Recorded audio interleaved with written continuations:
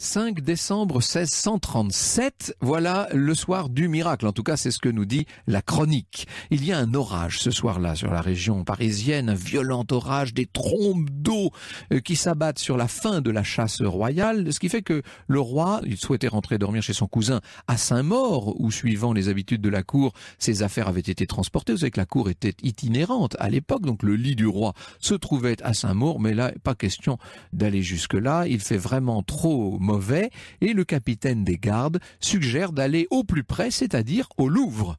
Il se trouve que ce jour-là, la reine aussi est au Louvre. Alors Louis XIII se fait un peu désirer, c'est le moins qu'on puisse dire, mais la tempête redouble, comme si le ciel lui-même était de la partie. Alors, dans un soupir, Louis XIII finit par se rendre aux arguments du capitaine des gardes. Il gagne son palais du Louvre, il va souper avec sa femme, puis, nous dit Philippe Erlanger, comme il n'y avait pas d'autre lit, on mit le chevet à celui de la reine. Le roi passa sa robe et ses pantoufles selon les rites, précédé du premier valet de chambre qui portait le flambeau. Il entra chez sa femme. Un avis apparemment venu du couvent de la Visitation Sainte-Marie avait été envoyé aux communautés de Paris et à cette heure même, de toutes les maisons pieuses s'élevèrent des prières. Louis XIII demeura au Louvre jusqu'à l'aube. Là, je pense quand même qu'on est dans la légende. Enfin, je poserai la question à mon invité dans un instant, mais ça paraît un peu inouï d'imaginer tous ces monastères élevant au ciel des prières pour que le roi enfin puisse faire un enfant à sa femme depuis 23 ans, je le rappelle. On ne sait pas si c'est bien ce soir-là et dans ces circonstances très particulières qu'a été conçu le futur Louis XIV, mais une chose est certaine, quelques semaines plus tard, au cœur de l'hiver, la Gazette, qui donc est, vous savez, l'organe officiel d'information du pouvoir, la Gazette annonce la surprenante nouvelle: Anne d'Autriche attend un enfant. Ce fut un coup de tonnerre, nous dit Erlanger. Princes et grands déferlèrent aussitôt à Saint-Germain et présentèrent à leur majesté réunie les compliments d'usage. La joie obligatoire ne parvenait pas cependant à masquer leur stupéfaction. Et oui, tout de suite on se pose des questions. Enfin, c'est impossible. Comment ont-ils fait? Ils ne se voyaient plus, ces deux-là. Cet enfant paraît totalement improbable. Les relations entre Louis XIII et sa femme, disons-le, ne se sont pas du tout réchauffées. Ils sont toujours relativement éloignés l'un de l'autre. Alors, la grossesse de la reine Anne se passe assez bien. Le 22 avril, le fruit royal remue, nous dit la Gazette. Ça, c'est quand même un présage rassurant qui est célébré 2 jours après lors de la fête qui est organisée spécialement pour l'occasion à l'Arsenal. Il ne faut pas oublier que le royaume est toujours empêtré dans cette guerre. On retient son souffle à cette époque. On guette ce qui peut être interprété comme un signe favorable de la providence. N'oubliez pas cet aspect essentiel pour la diplomatie du temps et pour la compréhension des mentalités de l'époque. Alors, évidemment, les astrologues, tout le monde a fait de savants calculs. On a essayé de savoir quel serait le signe du nouveau roi, etc. Tout le monde pense qu'il va naître à la fin du mois d'août 1638. Il va quand même falloir attendre quelques jours supplémentaires jusqu'au 4 septembre pour qu'à Saint-Germain, les choses se précisent. Vers 23 heures, quand je dis à Saint-Germain, on est dans la partie du château neuf de Saint-Germain, avec toutes ces belles terrasses qui n'existent plus aujourd'hui. Vers 23 heures, la reine ressent de vives douleurs. Rapidement, l'excitation sature l'atmosphère. Il faut imaginer que tout le monde l'attend, cet enfant, bien entendu. Alors, comme le veut la coutume, c'est en présence de toute une assistance de princes et de princesses du sang, de grands officiers de la couronne, etc., que la reine va devoir affronter les souffrances de l'enfantement. On craint même à un moment pour sa vie, et ce n'est qu'à la fin de la matinée qu'a lieu la délivrance. Je cède à nouveau la parole à Philippe Erlanger. Un quart d'heure avant midi, la sage-femme présenta triomphalement la petite masse de chair rose qui deviendrait le roi Soleil. Madame de Sensé, qui est une dame d'honneur de la reine, poussa le cri fatidique « C'est un dauphin !» Le canon gronda, les cloches sonnèrent, 50 courriers firent bondir leurs chevaux. Le roi, tombant à genoux, rendit grâces au ciel. En revanche, il ne fit aucun mouvement vers sa femme. Il fallut l'exciter de s'approcher d'elle et de l'embrasser, nous dit un témoin. L'essentiel est ailleurs. Louis XIII a donc un fils, et vous comprenez qu'on l'ait surnommé Louis Dieudonné, comme pour souligner le rôle qu'on attribue au ciel dans cette naissance. Alors, évidemment, dans l'entourage de Gaston d'Orléans, on fait plutôt grise mine, mais partout ailleurs, dans le royaume, la joie est immense. Imaginez les festivités, les danses improvisées, dans les rues, les tédéums, dans les cathédrales, partout. On roule le tambour et l'on annonce l'attente, l'incroyable nouvelle. Richelieu n'est pas en reste, c'est Raphaël d'Argent, qui est le biographe d'Anne d'Autriche, qui nous précise ceci. Richelieu écrivit au roi pour le féliciter. « Je crois que Dieu vous l'ayant donné, il l'a donné au monde pour de grandes choses », écrit le cardinal dans son style. La Gazette, l'organe du cardinal, sans crainte d'exagération, compare la naissance du dauphin rien moins qu'à celle de Moïse. Seulement, cette naissance, qu'on se plaît à juger miraculeuse, cette naissance fait toujours un peu jaser. La joie retombée, la fête éteinte, on se pose des questions, et la rumeur de revenir et d'aller de plus belle et de grossir et d'enfler encore. Est-ce que quand même cette naissance ne serait pas un peu trop belle pour être vraie? Certains vont aller bientôt jusqu'à remettre en cause la paternité même de Louis XIII. Sur Europe 1, au cœur de l'histoire, au cœur de l'été, revient dans un instant. Au cœur de l'histoire en été sur Europe 1, 7 jours sur 7, de 14h à 15h. Franck Ferrand. Cet après-midi, on revient sur les mythes et réalités qui entourent le fameux roi. Et ça y est, le roi est né, Franck. Vous l'avez compris, tout le monde est heureux de la naissance de Louis Dieudonné, bien entendu. Le roi, n'en parlons pas, qui depuis longtemps avait désespéré de donner un héritier à la dynastie. Il est tellement comblé, tellement heureux. On n'a jamais vu Louis XIII comme ça. On a l'impression qu'il a rajeuni du jour au lendemain. La reine est soulagée, bien entendu. Sa position se trouve considérablement renforcée. Toute l'Europe parle depuis trop longtemps des relations orageuses du couple royal français et de son incapacité à donner la vie pour qu'on ne remette pas immédiatement en cause, ici ou là, l'intervention divine. Voilà ce que Lord Montagu, en Angleterre, écrit au sujet de la grossesse royale, des mots quand même lourds de sous-entendus qui sont cités par Raphaël d'Argent.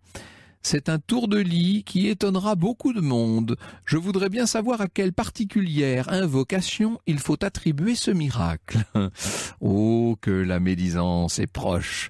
Les bruits courent. Alors d'abord, ils ont été un peu étouffés dans le concert de joie qui s'est emparé du royaume, mais les rumeurs persistent et vous savez que leur nature même est d'enfler à ces rumeurs. De nombreuses hypothèses vont être bâties. Oh, ça va occuper les auteurs pendant des siècles, cette histoire, avec des thèses sérieuses et d'autres qui le sont beaucoup moins. On a inventé à Louis XIV tous les pères présomptifs possibles en essayant d'étayer ses soupçons sur l'agenda, si je puis dire, l'ordre du jour, l'emploi du temps du roi et de la reine, en rappelant les difficultés sexuelles de Louis XIII. Il y a des historiens parmi les plus célèbres, je pense à Michelet bien entendu, au XIXe siècle, qui ont ouvertement remis en cause la version officielle d'une paternité du roi Louis XIII, comme si la reine Anne devait son enfant à quelqu'un d'autre. Alors, quand on se penche très précisément sur la question, force est de reconnaître que ces rumeurs n'ont pas vraiment de fondement. Voilà ce que nous explique Philippe Erlanger.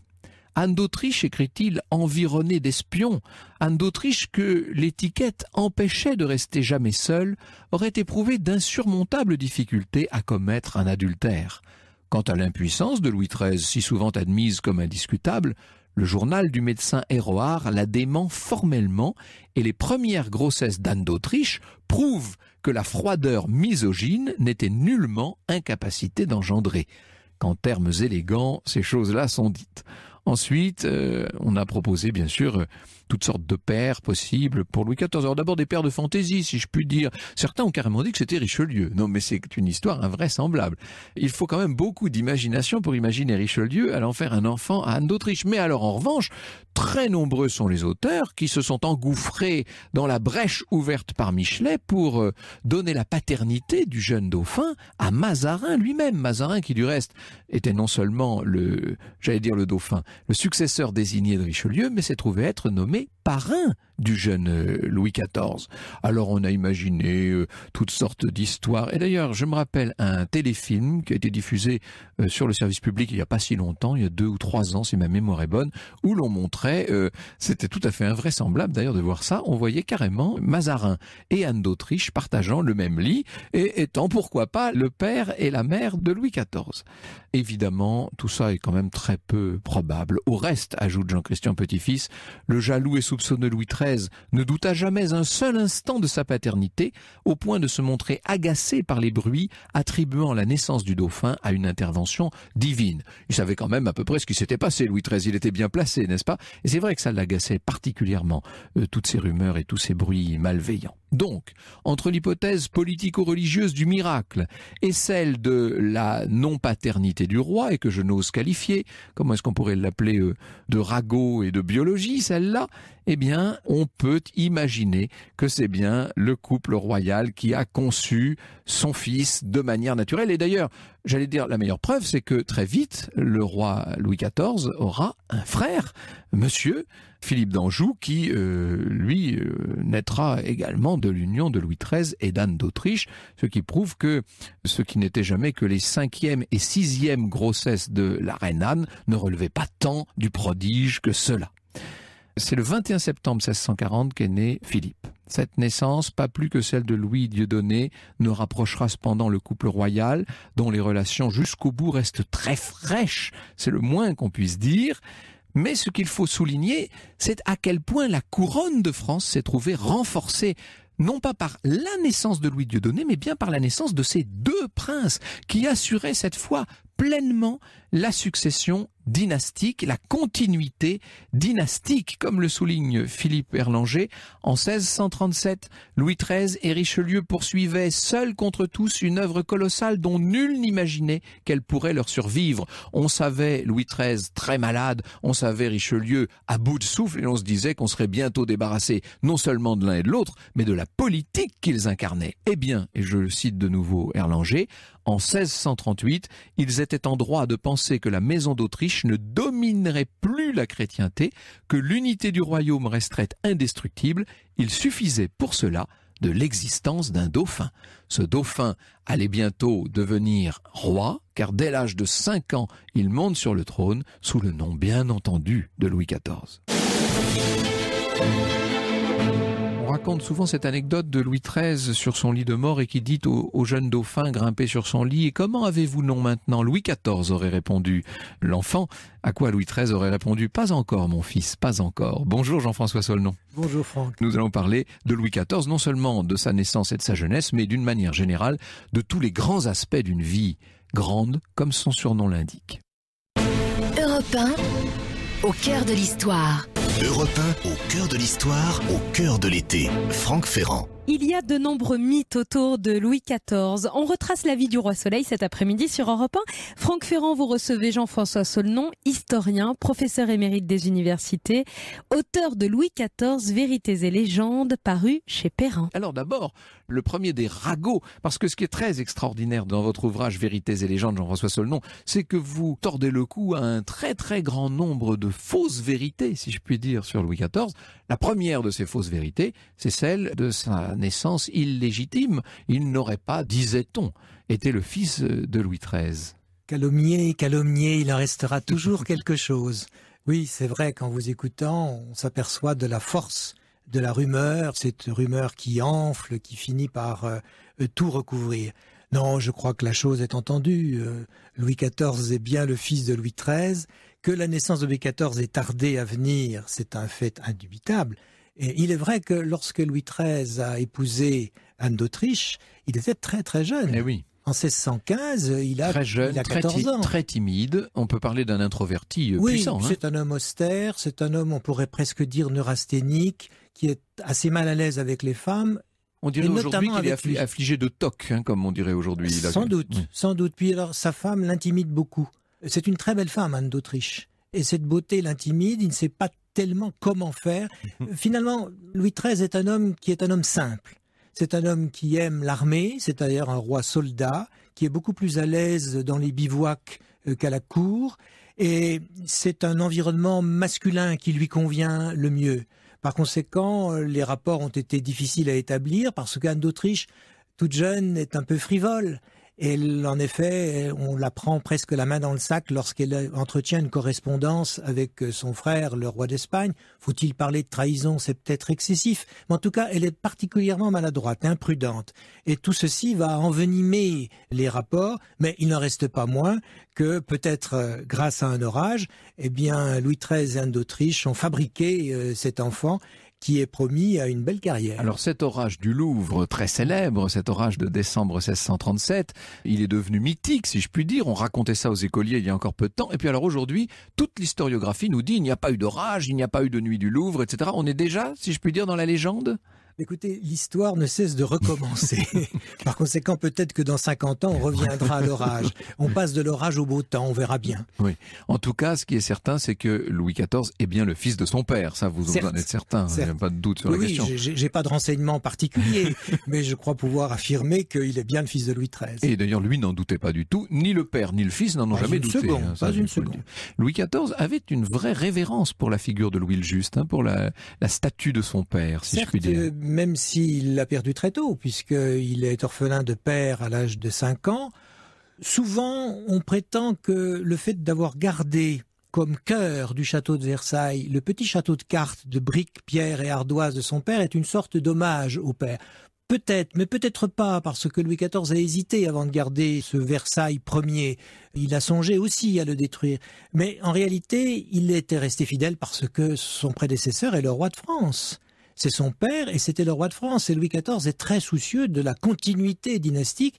Et jusqu'à son lit de mort, d'ailleurs, il évoquera la figure de son père. Qui pour lui est une sorte de modèle, sans doute idéalisé, mais encore une fois, il est mort, son père est mort alors que lui-même était tout jeune. Qui se charge de son éducation? La mère, j'imagine, Anne d'Autriche? Anne d'Autriche, sans doute, mais il faut mettre sur pied une équipe qui va être chargée de l'éducation. On confie la responsabilité générale au cardinal de Mazarin, qui va être surintendant de l'éducation du roi. En plus d'être le parrain du roi. Outre d'être le parrain. Et puis, il y a une équipe qui se forme, en particulier avec l'abbé de la Baume qui va devenir archevêque de Paris comme précepteur, le marquis de Villeroy qui est gouverneur, la Motte-Levaillé qui va prendre également la succession de notre futur archevêque de Paris. Bref, il y a une équipe et le roi va recevoir des cours.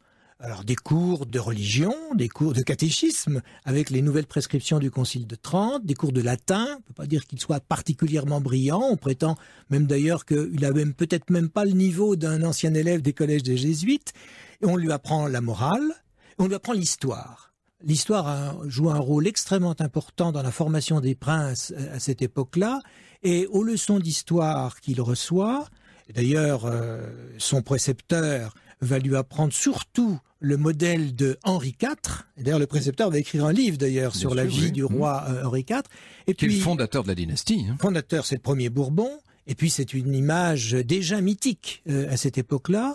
Et puis le soir, avant de s'endormir, eh bien le premier valet de chambre du jeune Louis XIV, qui s'appelle de la Porte, va lui lire des extraits de l'histoire de France de Mézeray, qui nous paraîtrait aujourd'hui très austère. Mais c'est ainsi qu'il s'initie à cette histoire de la monarchie française. Et surtout, ce qui est important, c'est qu'on lui a appris, par ses lectures et de vive voix, on lui a appris à détester les rois fainéants.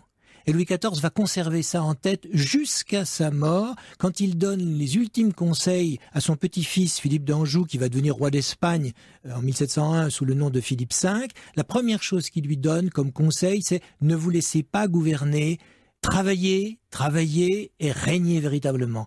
Il faut éviter ce mystère, en quelque sorte, des rois fainéants, des rois mérovingiens. Et lorsque Philippe V se plaint à son grand-père de toutes les difficultés qu'il rencontre à Madrid, Louis XIV lui répond « Si vous avez cru qu'il fût fort agréable et fort facile d'être roi, vous vous êtes fort trompé, car c'est un métier, c'est une vocation, c'est un sacrifice d'une certaine manière. C'est en tout cas comme ça que Louis XIV le conçoit. » Mais il dit aussi un métier grand, noble et délicieux. Et oui, ça c'est ce qu'on lui faisait. C'était une version latine oui, qu'on lui faisait recopier. Alors, on a l'image d'un Louis XIV dont l'éducation aurait été laissée complètement en friche. C'est Saint-Simon qui nous le dit. Mais Saint-Simon est une mauvaise langue. Voltaire le répète, Michelet s'en fait l'écho. Enfin bon, il y a toute une généalogie des légendes. Écoutez, comme ça. Saint-Simon joue le rôle du témoin oculaire alors qu'il est né au moment où Louis XIV a déjà 37 ans. Oui. Donc il n'est pas le témoin, et a fortiori, il n'est pas le témoin de l'enfance du roi.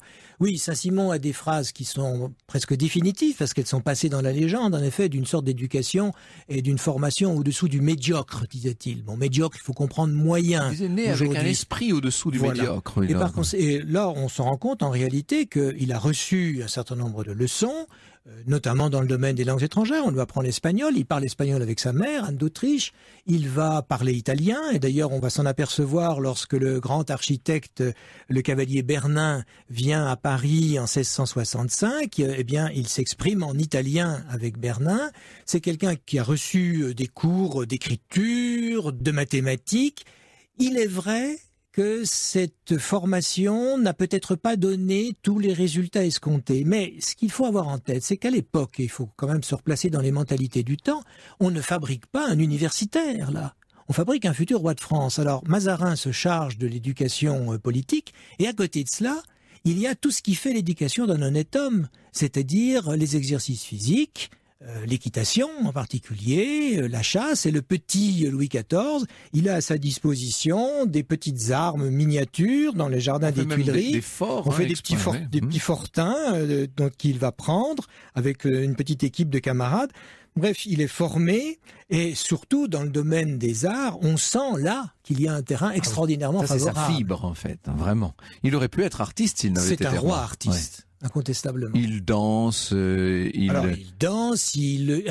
pratique des instruments de musique. On lui a appris évidemment le clavecin, on lui a appris le luth, qui est l'instrument noble par excellence. Ce que l'on sait moins, c'est qu'il joue de la guitare. Or, la guitare, c'est pas un instrument qui est à l'époque très considéré. C'est un peu comme s'il faisait de la batterie aujourd'hui, si oui, je puis dire. C'est un instrument rythmique, la guitare, oui, puis un instrument un peu exotique. Oui. Eh bien, c'est lui qui va imposer, par sa pratique de la guitare, cet instrument ensuite dans les antichambres de Versailles. Je me rappelle que lorsque je passais encore plus de temps qu'aujourd'hui au château de Versailles, je passais mon temps à essayer moi aussi de détruire des idées fausses sur Louis XIV. On imagine toujours un Louis XIV très hautain, alors qu'au contraire, tous les témoins nous disent qu'il était très accessible, très aimable, notamment d'une grande politesse avec les dames. Une infinie politesse. On nous présente un Louis XIV qui n'aimait que la fête, etc. Alors qu'on sait qu'au contraire, il passait beaucoup de temps seul dans ses collections à regarder ses tableaux, enfin, etc., etc.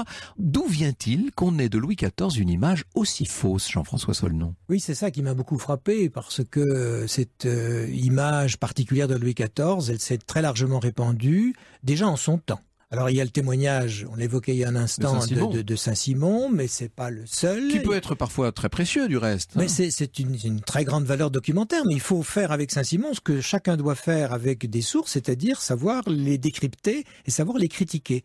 Mais il y a d'autres témoignages de l'époque qui sont hostiles à Louis XIV. Je pense en particulier à Fénelon, archevêque de Cambrai, qui est l'auteur d'une lettre anonyme, si je peux me permettre cette opposition, une lettre anonyme que probablement Louis XIV n'a jamais lue, sinon ça aurait valu la Bastille à ce cher ecclésiastique, et qui est une lettre particulièrement sévère, je dirais même plus que sévère, injuste à l'égard de Louis XIV. Il y a une autre lettre que Saint-Simon a fait parvenir dans l'entourage du roi, que Louis XIV n'a pas dû lire non plus.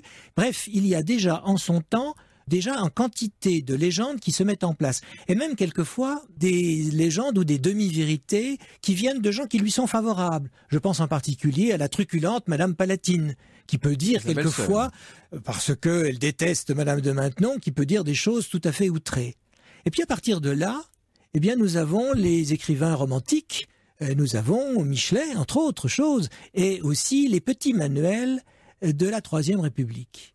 Ces petits manuels qui sont faits pour les enfants, à une époque où la Troisième République n'est pas un régime encore parfaitement stable, qui est fragile, qui peut toujours être rattrapé par une restauration monarchique, et on a compris, les instituteurs ont compris qu'il ne s'agissait pas de tresser des couronnes à Louis XIV et d'évoquer l'Ancien Régime en termes flatteurs. Donc si vous ajoutez tout cela, plus la paresse intellectuelle d'un certain nombre... Il aurait peut-être fallu commencer par là, du reste.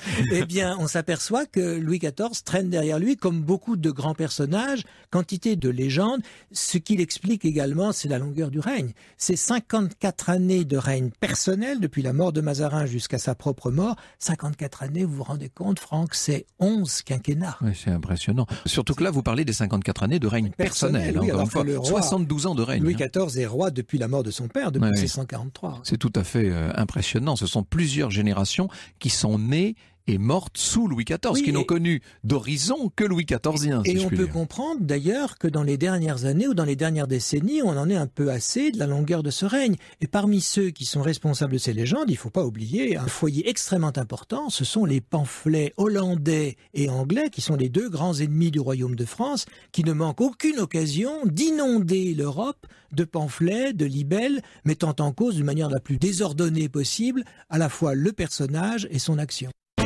Europe 1, au cœur de l'histoire. Au cœur de l'histoire, en été, 14h, 15h. 7 jours sur 7 sur Europe 1. Franck Ferrand. De nombreuses légendes entourent la vie de Louis XIV. Franck Ferrand, vous recevez cet après-midi sur Europe 1 Jean-François Saulnon, historien, professeur émérite des universités et auteur de Louis XIV, Vérités et légendes, paru chez Perrin. Ce que je vous propose, ça c'est tout simple, Jean-François Saulnon, c'est de reprendre un certain nombre de vos chapitres et d'évoquer un certain nombre d'idées reçues à propos de Louis XIV, dont on nous dit par exemple qu'il n'aimait pas son parrain, qu'il se méfiait, qu'il détestait même le cardinal de Mazarin. Qu'en était-il en vérité ? Ce qui est amusant, c'est que cette idée, elle peut être parfaitement datée. Et on en connaît l'auteur.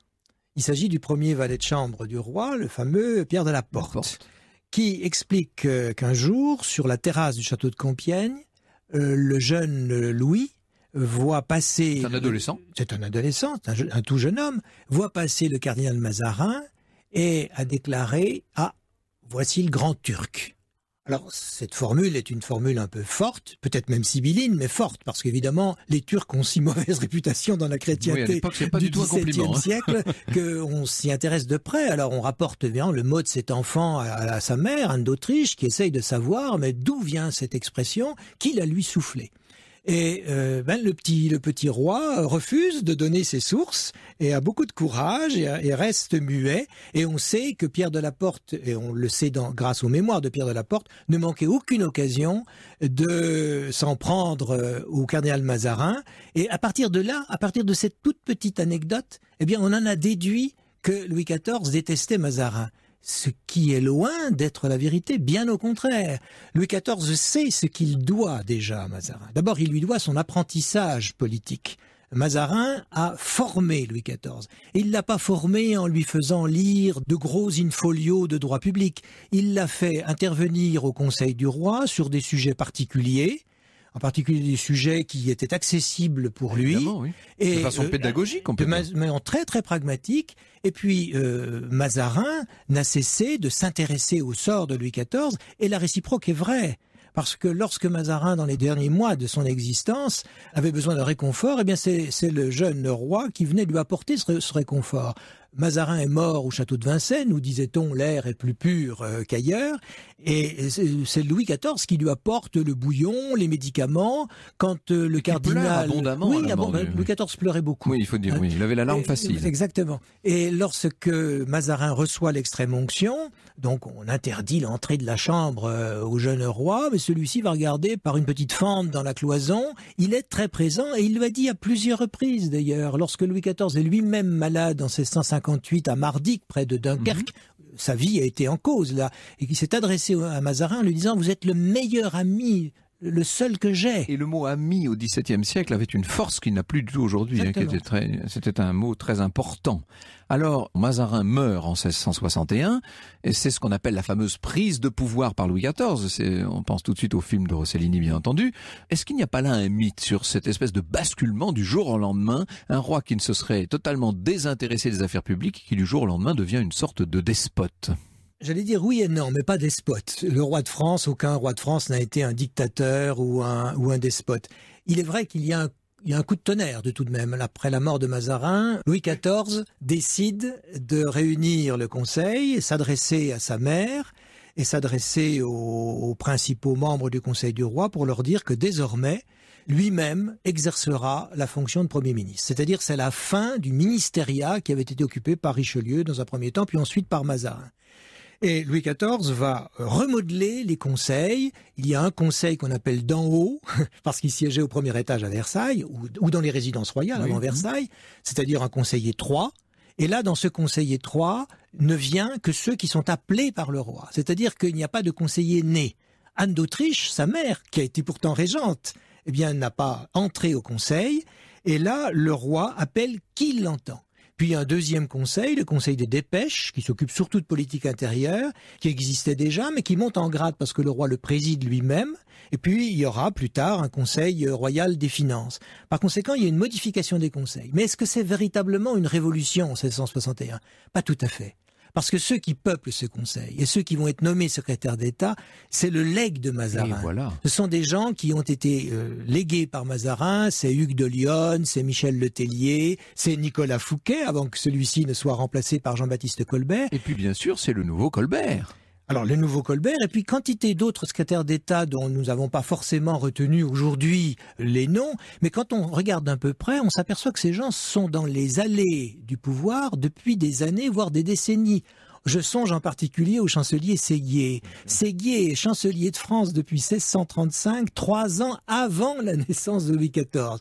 Donc, révolution à demi. Chancelier, c'est-à-dire tout à l'heure, j'ai un peu savonné sur ce sujet. Chancelier, c'est à mi-chemin entre le ministre de l'Intérieur et le ministre de la Justice, un peu à l'époque. Hein, c'est ça. C'est un personnage extrêmement important parce que c'est ce qu'on appelle le porte-parole du roi. Le connétable était le porte-épée. Ouais. Lui, le porte-parole du roi, c'est le chef de la magistrature. Alors, évidemment, Colbert va avoir un rôle essentiel. Puis Louvois, ce qu'il ne faut pas oublier, et c'est au départ, à la disgrâce et à la mort de Louvois, puisque tout ça va de pair, que Louis XIV acquiert un véritable magistère, qu'il exerce un vrai pouvoir personnel. Mais ça, ce sont les dernières années du règne. Parce que jusque-là, au temps de la vie donc, de Colbert et de Louvois, Louis XIV traite les affaires avec ses personnalités qui sont très fortes. Ce sont des gens extrêmement compétents, très travailleurs. Rappelez-vous, à l'école primaire, on apprenait que Colbert ne sont pas sans tâche, notamment Louvois, se frottait les mains lorsqu'il arrivait dans son bureau parce qu'il avait des piles de dossiers sur le bureau. Donc Louis XIV essayait déjà de jouer le rôle d'arbitre entre la famille Letellier de Louvois et la famille Colbert. Et puis, il a perdu Colbert en 1683. Il a perdu le fils de Colbert, Seignelay, en 1690, et puis Louvois meurt en 1691, et là, le choix de Louis XIV va être différent. Il va nommer des gens beaucoup plus jeunes. Des gens comme Jérôme Philippot de la Vrillière, qui a par exemple 24 ans, un autre à 25 ans, où ils sont très très jeunes, et Louis XIV, qui lui est en quelque sorte toujours présent, qui a pris de l'âge, ne déteste pas former ces jeunes gens, leur donner des conseils, ce qui accroît encore son travail. Madame de Maintenon n'hésite pas à dire « le roi travaille encore plus que par le passé, il travaille plus de 3 ou 4 heures par rapport au passé. » Et on a donc un souverain qui s'entoure de gens jeunes qu'il forme, ou alors de techniciens, de commis, et on peut dire qu'il est son propre ministre de l'Intérieur, son propre ministre des Affaires étrangères. Il exerce véritablement là, plus qu'en 1661, un gouvernement personnel. C'est-à-dire qu'il est devenu un monsieur mûr, puis même âgé, qu'il a une très grande expérience et qu'il estime qu'aucun des jeunes ministres qui désormais travaillent avec lui ne serait capable de mener le ministère. Il y a eu une évolution dans le règne. Oui, puis pour une personne âgée, elle ne déteste pas former la jeune génération. Ça, oui. Alors, il y a une autre idée reçue qui nous a été transmise par l'école, qui est celle du gouvernement de la bourgeoisie, d'une certaine manière. Un gouvernement de ville-roture, si l'on en croit Saint-Simon. Et là encore, vous redressez cette idée fausse. Quand on lit Saint-Simon, on est assez épaté par le vocabulaire qu'il emploie, où il stigmatise en effet les gens de peu, les gens de basse extraction. Fort du commun, dit-il. Oui, la ville bourgeoisie, pas seulement la bourgeoisie, mais la ville bourgeoisie, c'est vraiment politiquement particulièrement incorrect. Et on a cru, en effet, que Louis XIV s'était entouré de gens venus de rien. Et en particulier, on citait, à tort, mais on citait Jean-Baptiste Colbert, qui aurait été le fils d'un marchand de draps de Reims, qui tenait boutique à l'enseigne du Long Vêtu, alors que Louis XIV a non pas gouverné avec des aristocrates, ça c'est vrai. Il n'y a autour de lui que le duc de Beauvilliers ou le duc de Chevreuse. Il a fait rentrer son fils et son petit-fils au conseil du roi très tardivement. Tout ceci est vrai. Il ne reste pas moins que ceux qui conseillent le roi et ceux qui sont ministres sont plutôt des gens de noblesse récente ou, et c'est le cas de Jean-Baptiste Colbert et de son frère Torcy, ce sont des roturiers, et qui ont été anoblis par leur charge.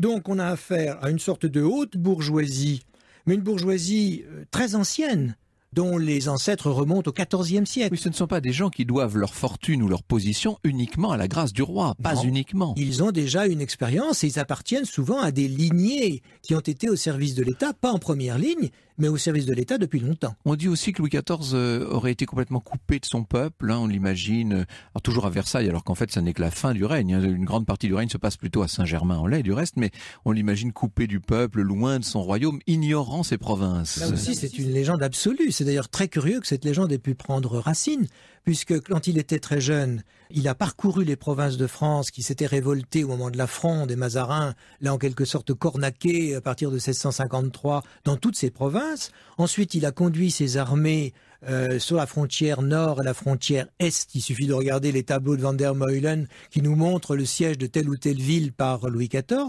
jusqu'au moment où il ne commande plus directement ses armées, mais c'est en 1693, donc c'est très tardif. Et puis il est très bien renseigné par tous ses intendants, ses agents du pouvoir, y compris par les évêques d'ailleurs. Et Louis XIV, et Primi Visconti le signale bien, veut être informé de tout. Je crois qu'il y a que l'affaire des poisons, où vraiment Je veux là, le détail de tout. là où il a véritablement été en dehors de la réalité, mais pour le reste, il est très informé et jamais coupé de son peuple. Nous ne sommes pas en train de faire de la propagande royaliste, nous sommes simplement en train de rappeler un certain nombre de vérités historiques que toutes sortes de générations d'historiens, pour des raisons différentes, ont essayé de camoufler jusqu'à une période récente. Oui, parce que les faits parlent d'eux-mêmes. Le roi est sensible à la misère des peuples parce qu'on meurt de faim au XVIIe siècle, bien c'est sûr, vrai. bien sûr, oui. Mais nous ne sommes pas dans une période de l'État-providence.